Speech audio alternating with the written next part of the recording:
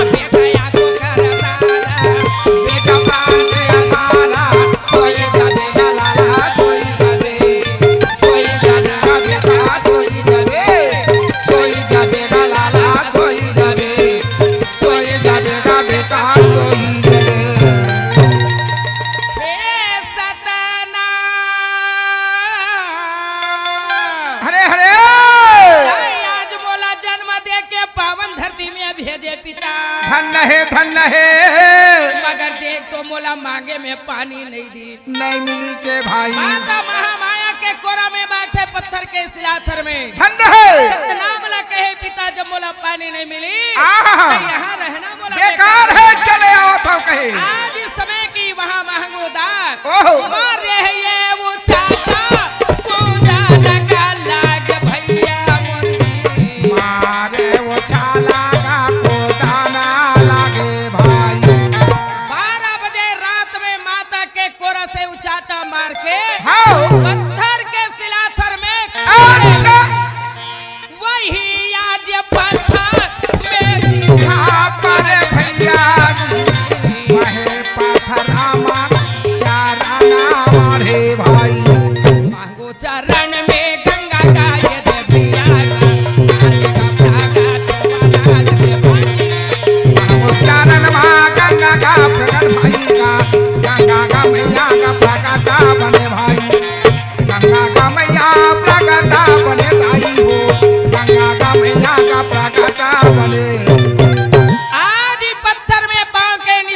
पड़ गए धन्य है अब ओकर पाँव के निशाने में अंदर धरती माता से आहा। मोरे महंगो चरण में गंगा धार बहा एक मोरे महंगो चरण में गंगा धार बहा जहाँ महबूब चरण मागा गंगा धार बहागे जहाँ गौरव चरण माओ गंगा धार बहागे गंगा धार बहा गएगा भाई गंगा धार बहा गे ओ नाई गंगा धार बहा गे गंगा धार बहागेगा मैया गंगा धार बहागे वो दाई गंगा धार बहागे गंगा धार बहा गएगा भाई गंगा धार बहा गे ओ मैया गंगा धार बहा गए गंगा धार बहागेगा मैया गंगा धार बहागे ओ दाई गंगा धार बहागे मोरे महंगो चरण में गंगा धार बहा गए मोरे महंगो चरण में गंगा धार बहा गए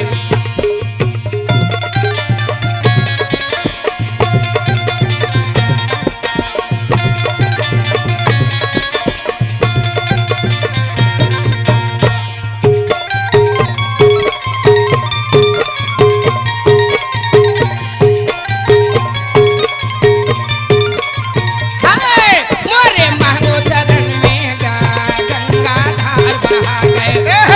मोरे महंगो चरण में गंगा धार बहागे मोरे महंगो चरण में गंगा आज गंगा माता प्रकट हो ये तीनों प्राणी पावन करे जी आया रात बीत गए सुबह के टाइम तीनों चले लगे चले गए भाई खैर बस्ती के सतनामी समाज के सियान मन देखे धन्य है ए में 7 साल के लड़का के पांव के निशानी है आहा यही जगर आज ये समय गंगा प्रकट है भाई बाबा पारा बस्ती के लाया जाके बलाए लगी इसगा हाँ भाई हो आज ही पारा बस्ती के आवतला हाँ प्रजाता भाई रेती माटी ला के गंगा ला रोक के रख ली अच्छा सतनामी समाज के कहे कोई बात नहीं हाँ जी एक गंगा ला ये रोके ते रोके रख दे रहम दे सतनामी में अगर याद शक्ति हो ही भाई बाबा गुरुदेव हम आज गंगा तैयार कर ले बोनगा कहे भाई हो एक फरलांग के दुनिया में आज इस समय चले गए जय हो बड़े बड़े छिनिया और घन लेके आहा। और पत्थर के शिलाथर में खड़ा होए लगी वाह गुरुदेव पर सता छिनिया का घाना या पाजा सता पोरा सके हुए जय बखत से ना खाना पारा सतपुरा सके हुए जयकारा बखत से ना खाना पारा सतपुरा सके हुए जयकारा सतपुरा सके होवे जयकारा सतपुरा सके होवे जय जय सतपुरा सके हुए जयकारा सतपुरा सके हुए जयकारा पर सता छिनिया का घाना या पाजा सतपुरा सके होवे जय जय बखत से ना खाना पारा सतपुरा सके हुए जयकारा बखत से ना खाना पारा सतपुरा सके हुए जयकारा बरसत छिनिया घनया पारा और सत पुरस के हो जाए खाना जयकारा आज इतनी दो थर पतना तोड़ने के बाद धन्य है इस नैया में छिनिया घन की चाच गंगा माता प्रकट होए लगी आहा वो जगह में सतनामी समाज बोले लगी हाँ ए जगह विशाल मंदिर बनवाबो जय हो जोड़ा जात खाम गड़ाबो वाह भाई मांग के जाति फागुन के लगती में मेला भरा ही भाई एला से त गंगा धाम से जाने जाने जाइए जाही कहे बोलिए से त गंगा धाम की जय या जे महगू चरण छोड़ के भाई हाँ भैया जी ए मन मुंगेली चले गए मुंगेली ला तखतपुर बिलासपुर चले गए चले जाते है बाबा आज बिलासपुर ला श्री नारायण चले गए हाँ भाई हो श्री नारायण में बढ़े आज इस समय की महाप्र में जय हो आगर नदी बढ़े पूरा चले आवत है महानदी वाह वाह मैया ये गंगाला बोले बेटी मोला आगे जाना है जाना है मैया रास्ता दे कहे रास्ता दे कह के सगुनदास बाबा बोले लगे बोले लगी से भाई आज गंगा माता बोले पिता हाँ मैं तुहर चरण में आज आज इस समय की तरह बर आए हम आए हम यहाँ तीनों प्राणी महानदीला पार होवे जी होगा मगर आज एकर मन के पाँव के खड़ो नहीं भींगे भाई हे मैया जी महानदी के वो पार गिधौरी है जय हो गिधौरी के वो पार मटिया मड़वा नाव के गांव है हाँ मैया जी रागी भैया कहो मैया मटिया मड़वा गांव में मान सिंह संत है जय हो मानमती मैया है जेकर बेटी के नाम यमरौतीन है अमरौती हे बाबा माता यमरौतीन सतनाम के भक्ति सतनाम भक्ति के हे पुजारी भाई हो आज मटिया मड़वा गांव से जंगल के ओर बढ़े लगी जय हो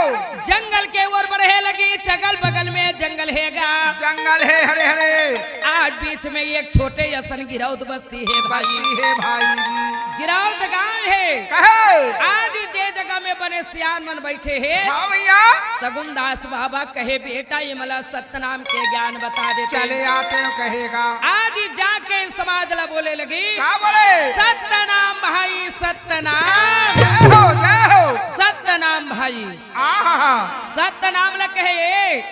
ये सत्यनाम कहा थे कहा तो है मगर ये सत्यनाम कामा कामा थे आहा नहीं जानन भैया सगुन दास कहे बेटा का कहे सत्यनाम आज ही घोर संकट में काम आथे काम आते भाई सगुन दास सत्यनाम कही तो ये मन कहे राम राम मंडल सीता जय राम हो जय हो जय हो मगर सगुन दास एक नाम कही सत्यनाम सत्यनाम जौन ये गिरौत के जत का लोग बैठे है रागी बैठे है मैया ते कर मन के याद इस समय की बुद्धि वहाँ प्रमेश हाँ मैया जी सोच बुध हरागे सत्यनाम के नाम सुनते ओहो एक कर मन के काया में आज कागज के तरह हल्का लगे लगे अच्छा खट कर भगा ये दे पिता हाँ हमार बर्त अमृत भोजन लेके आए हैं आए हज बाबा वो कर लिए आसन लगा दी हाँ और सियान मन कहे बाबा यौ हमला दो चार शब्द सुना दे सुना दे रह जा कौन की आज सगुनदास कहे ये बेटा का कहे कहा कथा अमर लोक के गा तो सुना बेटा मो बाबा के अमर कहानी तोल बता महिला मो बाबा के अमर कहानी ला हाँ कहा कथा अमर लोक के वो चला गवा बेटी वो बाबा के अमर कहानी ला मैं सुना बताई वो गुरुजी के अमर कहानी ला ये गुरु के अमर कहानी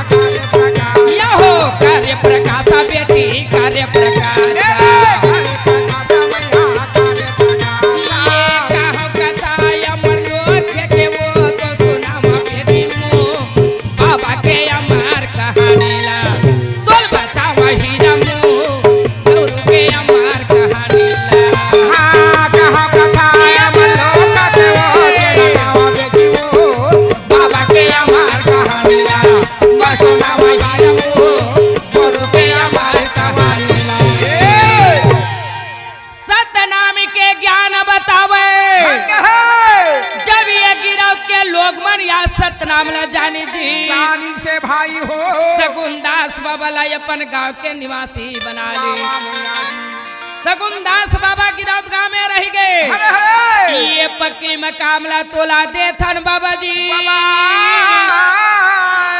5 एकड़ खेत ला तोर चरण में दान दे थन गांव वाला मन गांव नहीं जा कहे भाई आज सगुनदास गिरौत में बस गए अंधे जब एक गांव बसे के मलाई अंगना में बुला के काहे कहे सतनाम के बानी ला बताए लगी बाबा हे बेटा जी के ऊपर दया करोगा जी के ऊपर में याद रक्षा करो दया करो कहे भाई सत्य मार्ग में चलो सत्य बोला सत्य ला समझावा जय समझाओ हो गुरुदेव आज ये मन जानी त छड़ीदार साटीदार भंडारी बना दी बना दी से महंत और राज महंत बना के ये मला जनेऊ कंठी पहना के मस्तक में चंदन लगा हाथ दी करे भाई हो आज खेती बाड़ी के बात करे जय हो इस समय बाबा महंगूदास बाढ़े लगी अच्छा मटिया गांव में मैया अमरावती न बाढ़ी हरे गए हरे गांव के मन कही थे बाबा सगुनदास आ तोर बेटा बाढ़ गए है शादी कर देते कहे भाई बने बात ला बोला था भाई जय हो गाड़ी बैला सजा के सगुनदास बाबा आहा। साथीदार भंडारी ला लेके अपन बेटा महंगू दास ला लेके और बहू खोजे बाहर चले जाते चले भाई जाते भाई माता अमरावती ने गंगा स्नान बना के हो और याद तालाब के नीचे में खड़े हैं आहा ए बहिनी कहिए एक गाड़ी बैला में आज इस सगा काकर घर आवत है पता लगा दीदी पता लगाओ माता अमरावती ने कहते जाके सगुनदास ला पूछे लगी कहे भाई ए बाबा जी सुनावे। कौने नांगर के तह संते आवा पिता ने दे कौने नांगा ला चले जा का करा ला दानी ला ला दे हाथ पिता के लगा देना ये बता आई अमरावती ना पूछता है हाँ कौने नगारा कर संताया हुआ बाबा का कौने नगारा चले जा काहे के लादा ने लाला दे हाथ नीला तो मना दे हाथ का बता तो नारा बाने मैया बोलते भाई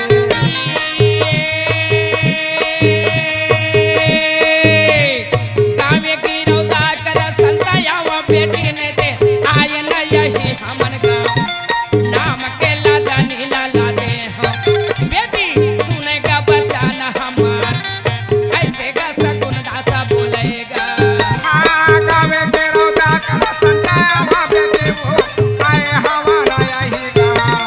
नाम करा लादा ने लाला दे हाथ ये रात तो नारा देवा का बता ऐसे का बाने मोर बोला गावे की रौदा कर संताया वो बेटी ने दे आय न यही हमन गाँव नाम के लादा नीला ला दे हम बेटी कहना ला माना हमार सगुनदास सीता बोलेगा हाँ गावे के रौदा कर संताया वो बेटे वो आए हवा नया ही गाँव ना करा लादा ने लाला दे हाथ ये ला सोदार देवा का बता ऐसे का बाने मोर बोला था भाई ये गाड़ियों बैला संगलावत हवे भाई ने के चलाते मैया मोरे यार सुंदर माता ये दे देगा चलो चला चला गाए रे आवाना भवाना ले गता भाई गांव गिरौद के संतन आयन यही गांव मान सिंह के घर बता दे बेटी पूछना लागी से चल बाबा मोर घर कह के माता अमरावती ने आज इस समय ले गए ओहो गाड़ी बैलाला प्यारा में खड़ा करा दी भाजी धन्य है मैया अब ये मोर घरे पिता कह के अंगना में सगुनदास पिता मल्ला ले आवे वाह भाई हो अंगना में जाके जब खड़ा होय छे ना क्या हो आज इस समय की वहाँ संत वहाँ पर मेहमान से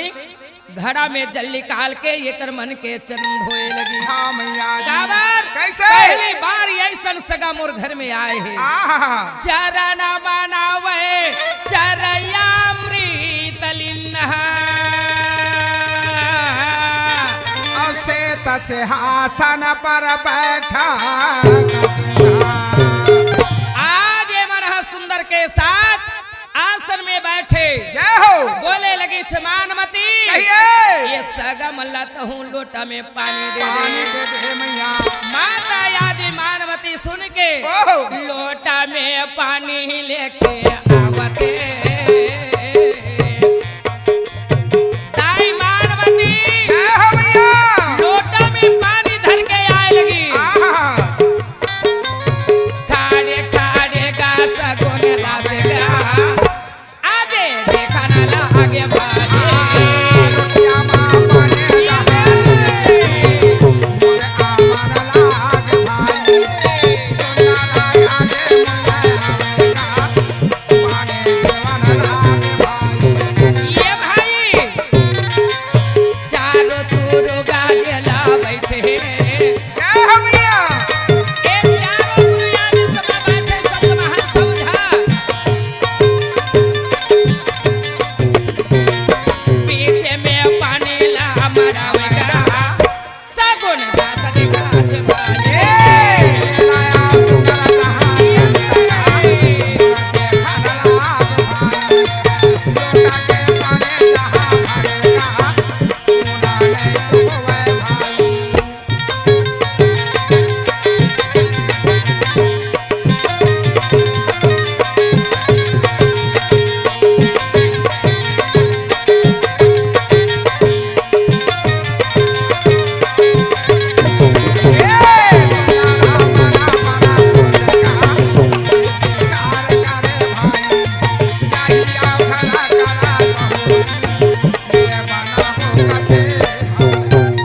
रागी सगा आथे सगल पानी देना है लोटा के पानी में अंगरी नहीं डूबना चाहिए और सगल पानी देता तो लोटा के पानी उना नहीं रहना चाहिए और लोटा के पानी सिग है सगा के बीच मरावा था तो जरा भी पानी नहीं गवाना चाहिए सियान मन कहते अगर लोटा के पानी उना रही थे जान डर थे कि ये घर के बेटी बहू बना के ले जबो आज इस समय की रात दिन कमाबो हमर कोठी रोली नहीं भरे और लोटा के पानी जरा भी अगर गवा जही रागी अच्छा मैया सियान मन जान डर थे शादी करबो बेटा ये पानी के तरह बुहा जही महादही कहे भाई हो मगर मानवती माता जब लोटा में पानी दी छे ना धन्य है लोटा के पानी सीगा है हरे हरे जरा भी धरती में नहीं गमावे जी या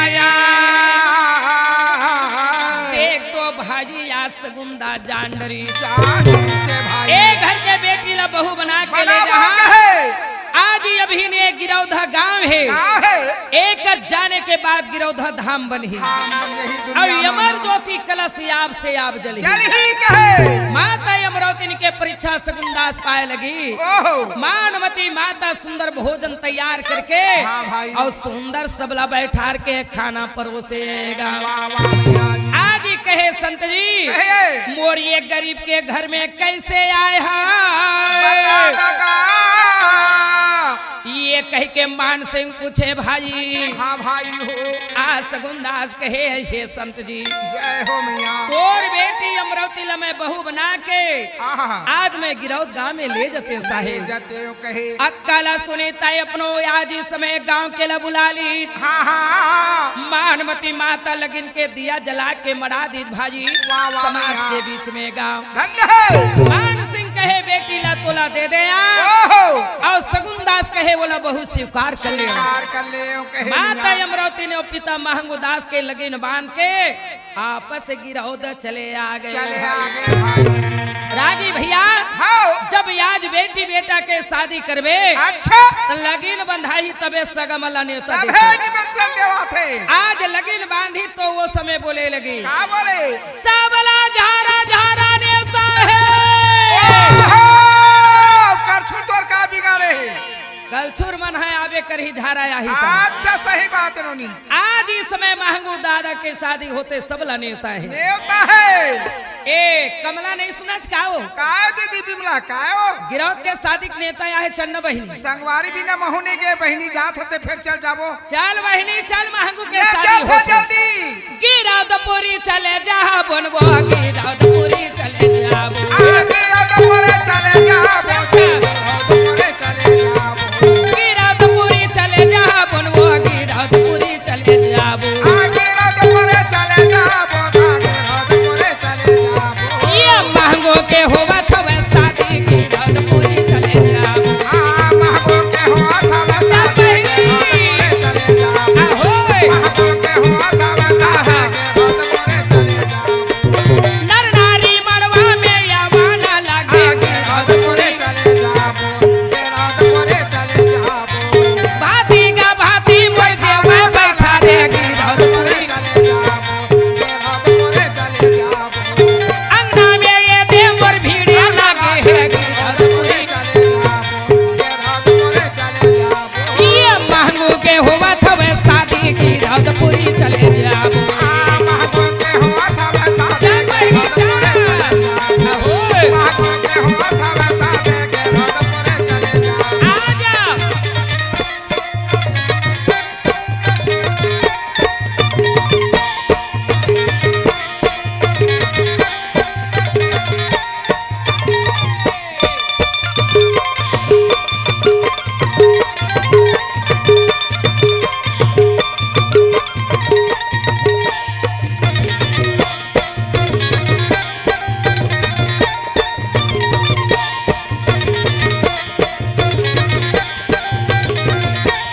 आगे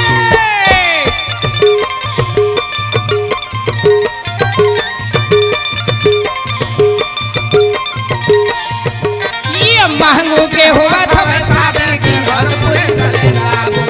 महंगो के होवा थवे शादी गिरधपुरी चले जाबो गिरधपुरी चले जाबो गिरधपुरी चले जाबो तेल होगे मैन होगे भाई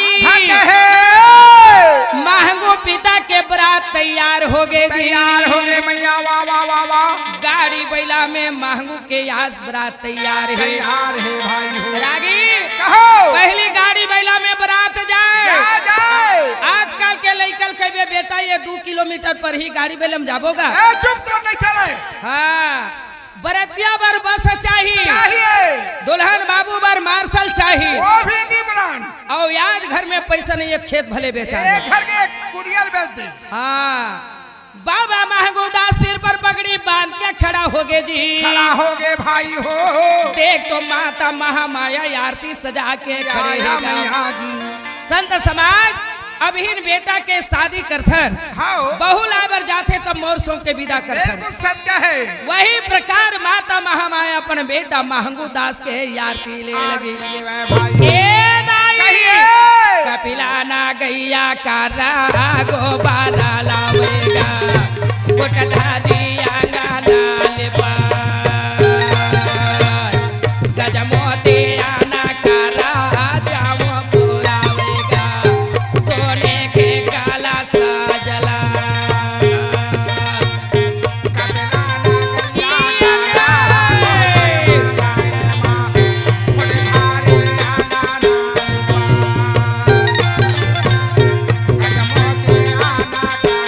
ये बाबा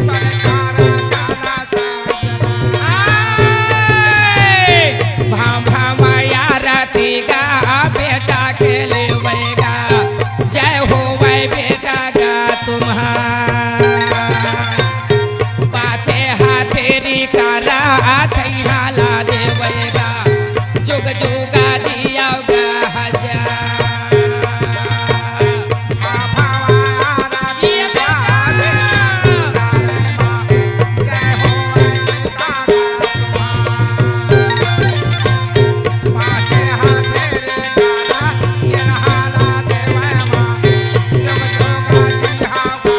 ये दे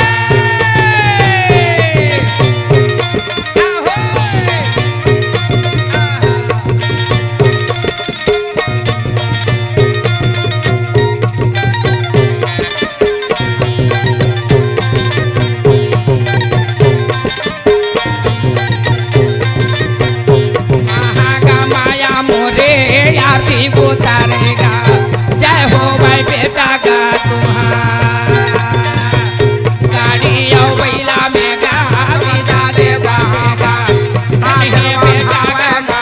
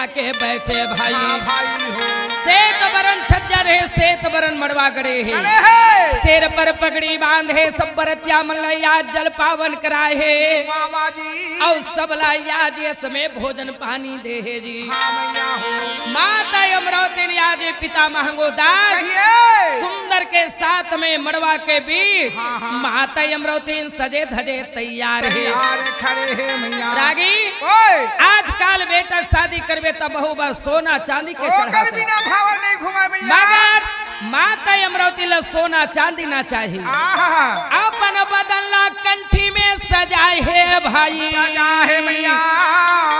अपन एक कायल कंठी में सजाए है। आया मैया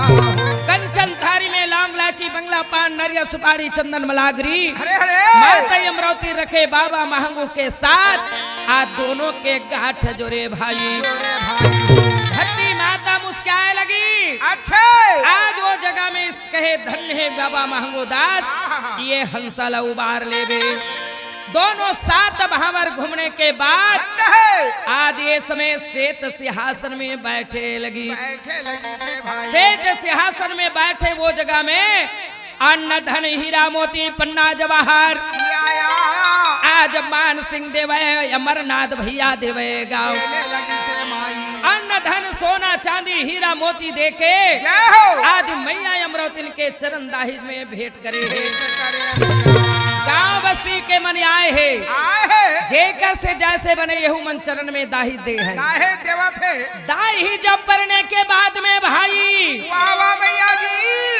माता अमरावती आज विदा करे जी। ताके वो चले भाई आज देख तो मानमती मैया सत्य बात को बोले लगी। हाँ हाँ आजकल के हमार दीदी मन अपन बेटी की शादी करते बोलते क्या बोलते बेटी तय जाबे ना आओ। तोर सास ससुर काम तैयारी तय कह देवे हम अपन मैके में एक गिलास पानी नहीं अमरेन कह देवे। हाँ पढ़त लिखत रहन की देवे तन तोर सास ससुर मन तोर बर आज ओ अंगना में ढेलवा गड़िया के तोल बैठार के झुलाही। तो आज इस समय की मानमती है अपन बेटी ला सत्य बात बोल के विदा दे है। क्या करे मैया तो का बोले है सुना ले जा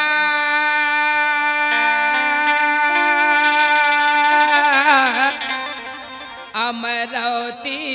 न बेटे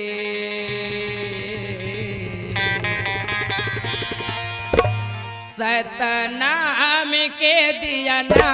जलावे जा अमरावती न बेटे सतनाम के दिया ना जलावे क्या हमारा दीन बेटी नाम के दिया ना जलावे क्या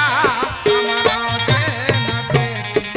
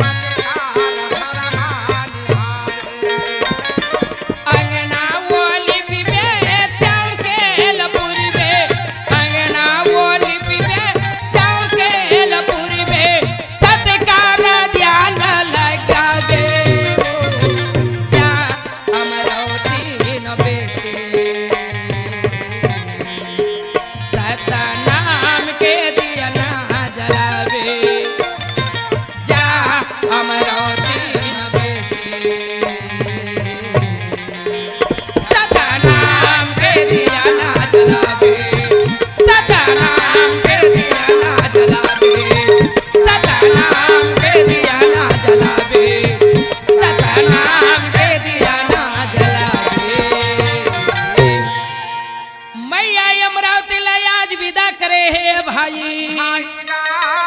बाबा महंगो के साथ में गाड़ी बैला में बैठ के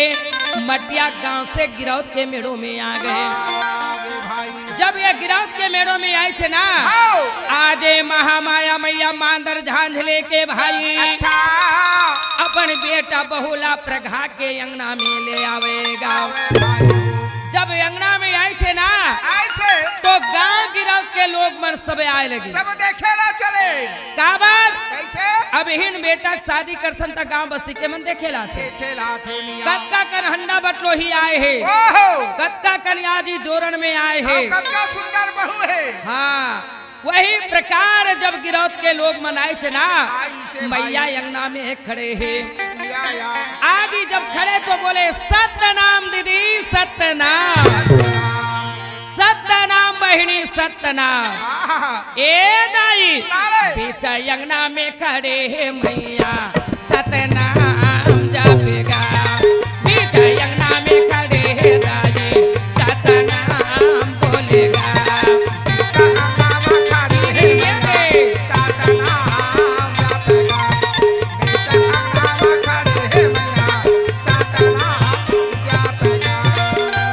आखी मोंदे मोर सब जन खड़े, आखी मोंदे मोर सब जन खड़े, सबके आँखी खोलेगा। बीच अंगना में खड़े दाई सतनाम जपेगा। बीच अंगना में खड़े मैया सतनाम जपेगा।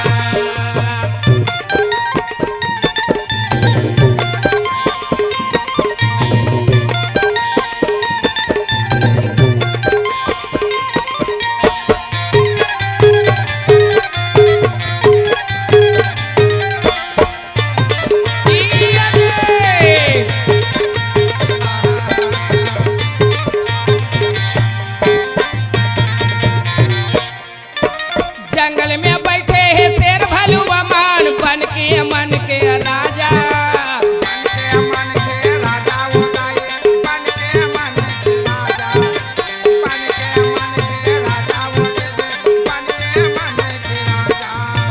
जंगल में बैठे है शेर भलुआ मान बन के मन के राजा।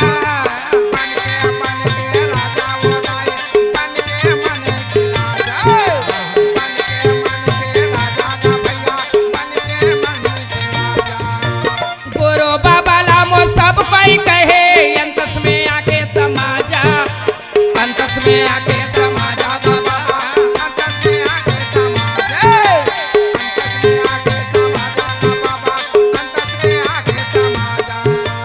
सत्य के भी देला बाबा बोए है, सत्य के भी देला बाबा बोए है, सारी दुनिया जाना थेगा। बीच जंगल में बैठे दाई सतनाम जपेगा। बीच अंगना में बैठे मैया सतनाम जपेगा। बीच अंगना में बैठे मैया सतनाम जपेगा। सतनाम जपेगा सतनाम। बोलिए मैया अमरावती की जय। बोलिए पिता महंगो दास की जय।